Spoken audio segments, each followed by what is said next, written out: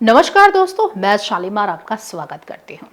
हिंदू धर्म के अनुसार खाटू श्याम बाबा को लेकर भक्तों में गहरी आस्था है। जी हाँ, खाटू श्याम बाबा को हारे का सहारा कहा जाता है। इसके अलावा खाटू श्याम बाबा को शीश का दानी भी कहा जाता है।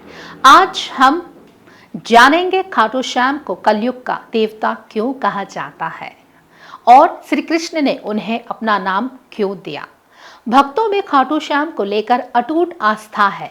ऐसी मान्यता है कि खाटू श्याम बाबा के दर्शन मात्र से ही, जी हाँ, खाटू श्याम बाबा के दर्शन मात्र से ही सभी की मनोकामना पूरी हो जाती है। बाबा किसी को भी फर्श से अर्श पर ला सकते हैं। तो आइए जानते हैं इस कलयुग में बाबा श्याम के अवतार को। महाभारत में वर्णित है कि भीम के पुत्र घटोत्कच थे। उन्हीं के पुत्र थे बर्बरिक। बर्बरिक देवी माँ के भक्त थे। बर्बरिक की तपस्या व भक्ति से प्रसन्न होकर देवी माँ ने उन्हें 3 तीर दिए थे, जिनमें से एक तीर से वे संपूर्ण पृथ्वी का विनाश कर सकते थे। ऐसे में जब महाभारत का युद्ध चल रहा था तो बर्बरिक ने अपनी माता हिडिंबा से युद्ध लड़ने की पेशकश की। तब बर्बरिक की माता ने सोचा कि कौरवों की सेना बड़ी है और पांडवों की सेना छोटी, इसीलिए शायद युद्ध में कौरव पांडवों पर भारी पड़ेंगे। तब हिडिंबा ने कहा है कि तुम हारने वाले के पक्ष में युद्ध लड़ोगे।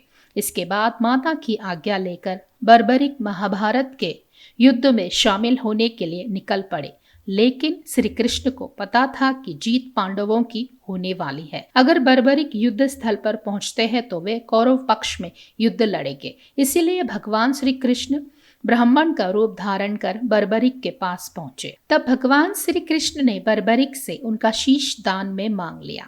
दानशीलता के कारण बर्बरिक ने बिना किसी सवाल के अपना शीश भगवान श्री कृष्ण को दान में दे दिया। इसी दानशीलता के कारण श्री कृष्ण ने कहा है कि तुम कलयुग में मेरे नाम से पूजे जाओगे।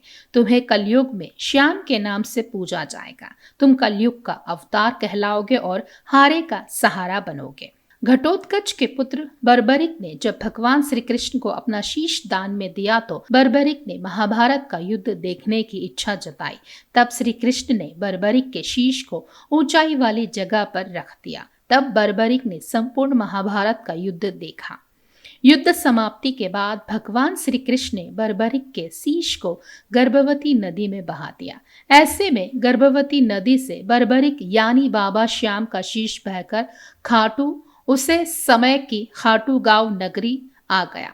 बता दें कि खाटू श्याम जी में गर्भवती नदी 1974 में लुप्त हो गई थी। स्थानीय लोगों के अनुसार पीपल के पेड़ के पास रोज एक गाय अपने आप दूध देती थी। ऐसे में लोगों को हैरानी हुई तो उन्होंने उस जगह की खुदाई करवाई तो बाबा श्याम का शीश निकला। बाबा श्याम का यह शीश फाल्गुन मास की 11 को मिला था। इसीलिए बाबा श्याम का जन्मोत्सव भी फाल्गुन मास की 11 को ही मनाया जाता है।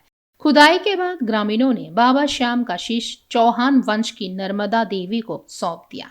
इसके बाद नर्मदा देवी ने गर्भगृह में बाबा श्याम की स्थापना की और जिस जगह पर बाबा श्याम को खोद कर निकाला गया वहां पर श्याम कुंड बना दिया गया। जय बोलो खाटू श्याम महाराज की जय।